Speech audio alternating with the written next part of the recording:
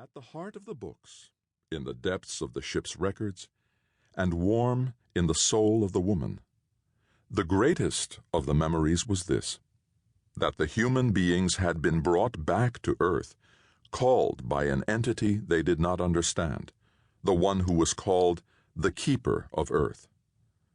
The Keeper's voice was not clear, nor was the Keeper understandable as the ship's computer was, back in the days when it was called the Oversoul and people worshipped it as a god. Instead, the Keeper spoke through dreams, and while many received the dreams, and many believed that they had meaning, only a few knew who it was that sent them, or what it was the Keeper wanted from the people of Earth. Chapter 1. Captivity. Akma was born in a rich man's house. He remembered little from that time. One memory was of his father, Akmaro, carrying him up a high tower, and then handing him to another man there, who dangled him over the parapet until he screamed in fear. The man who held him laughed until father reached out and took Akma from him and held him close. Later, mother told Akma that the man who tormented him on the tower was the king in the land of Nafai, a man named Nuak. He was a very bad man, said mother, but the people didn't seem to mind as long as he was a good king. But when the Elemaki came and conquered the land of Nafai, the people of Nuak hated him so much they burned him to death. Ever after she told him that story, Akma's memory changed, and when he dreamed of the laughing man holding him over the edge of the tower, he pictured the man covered with flames until the whole tower was burning, and instead of father reaching out to rescue his little boy, Akmaro jumped down, falling and falling and falling, and Akma didn't know what to do, to stay on the tower and burn, or jump into the abyss after his father. From that dream he awoke screaming in terror. Another memory was of his father rushing into the house in the middle of the day, as mother supervised two digger women in preparing a feast for that night.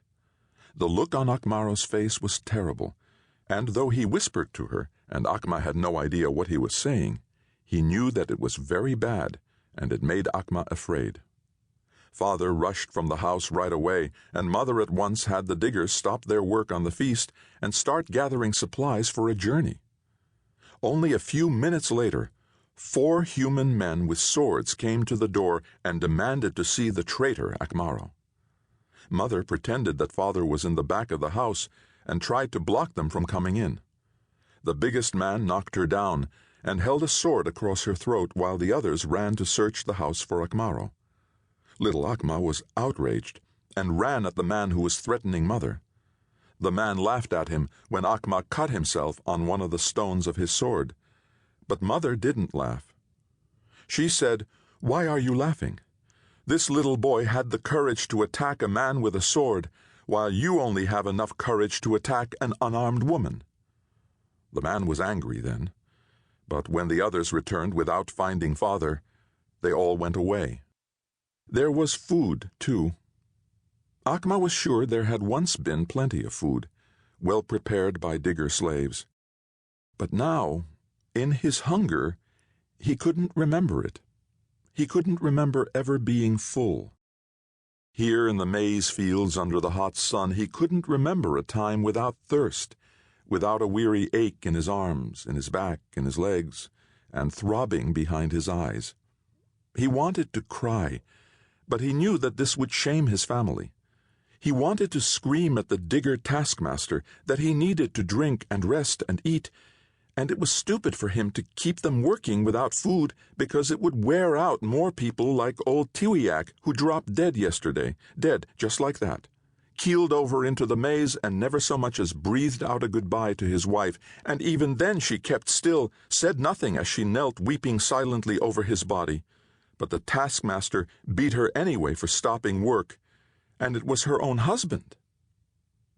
Akma hated nothing in the world the way he hated diggers. His parents had been wrong to keep diggers as servants back in the land of Nafai. The diggers should all have been killed before they ever came near to a